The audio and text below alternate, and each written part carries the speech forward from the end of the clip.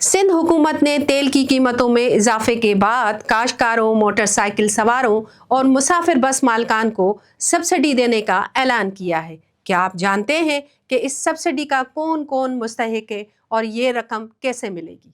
वजीर आला सैयद मुराद अली शाह ने एक प्रेस कॉन्फ्रेंस में बताया, सिंध में 66 लाख मोटरसाइकिल रजिस्टर हैं। सब्सिडी फराम करने के लिए सिंध के महकमा एक्साइज ने एक मोबाइल ऐप तैयार की है, जिसके जरिए उन मोटरसाइकिल मालिकान को रजिस्टर किया जाएगा। सिंध हुकूमत ने 15 से 20 अप्रैल के दरमियान फी मोटरसाइकिल मालिकान को 2000 रुपये देगी। जिनके नाम पर मोटरसाइकिल नहीं, उनके ट्रांसफ़र मुफ्त की जाएगी, जिसके लिए 15 रोज़ की मोहलत दी गई है। हुकूमत का कहना है कि सिंध में ही तकरीबन 67 लाख रजिस्टर्ड मोटरसाइकिलें हैं।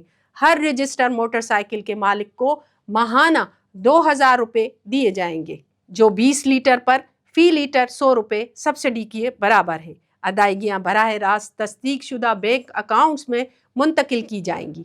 सिंध हुकूमत के ऐलान के मुताबिक काश्तकारों को भी सब्सिडी फराम की जाएगी, जिसके मुताबिक छोटे काश्तकार जिनके पास 25 एकड़ से कम ज़मीन है, उनको गंदम की काश के लिए DAP यूरिया दी जाएगी। हुकूमत उन छोटे काश्तकारों से गंदम भी खरीद करेगी। इसके अलावा थ्रेशिंग की एडिशनल कास्ट कीमत में 1500 रुपये फ़ी एकड़ के हिसाब से रकम की जाएगी। कराची में इजाफे को रोकने के लिए सिंध हुकूमत ने ट्रांसपोर्टर्स के लिए सब्सिडी पैकेज मुतारिफ कराया है, जिसके तहत मुसाफिर बसों को फ़ी गाड़ी 1 लाख रुपए दिए जाएंगे। 2 एक्सल माल बरदार ट्रकों को 70,000 रुपये, भारी मालदार गाड़ियों को 80,000 रुपये सब्सिडी की मद में दिए जाएंगे। हुकूमत का मानना है कि सिंध में 27,000 से ज़ायद बसें हैं और ज़्यादा ईंधन इस्तेमाल होने की वजह से इंट्रासिटी बसों की इजाफी मद फराहम की जाएगी।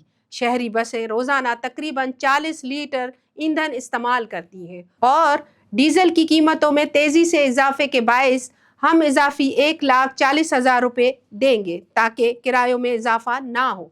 वज़ीर आला सिंध का कहना था कि ट्रांसपोर्टर से ये यकीन दहानी ली जाएगी कि वो किराए नहीं बढ़ाएंगे, जबकि ट्रांसपोर्ट डिपार्टमेंट इस बात को यकीनी बनाने के लिए मुतल्लिका फरीकीन से बातचीत कर रहा है।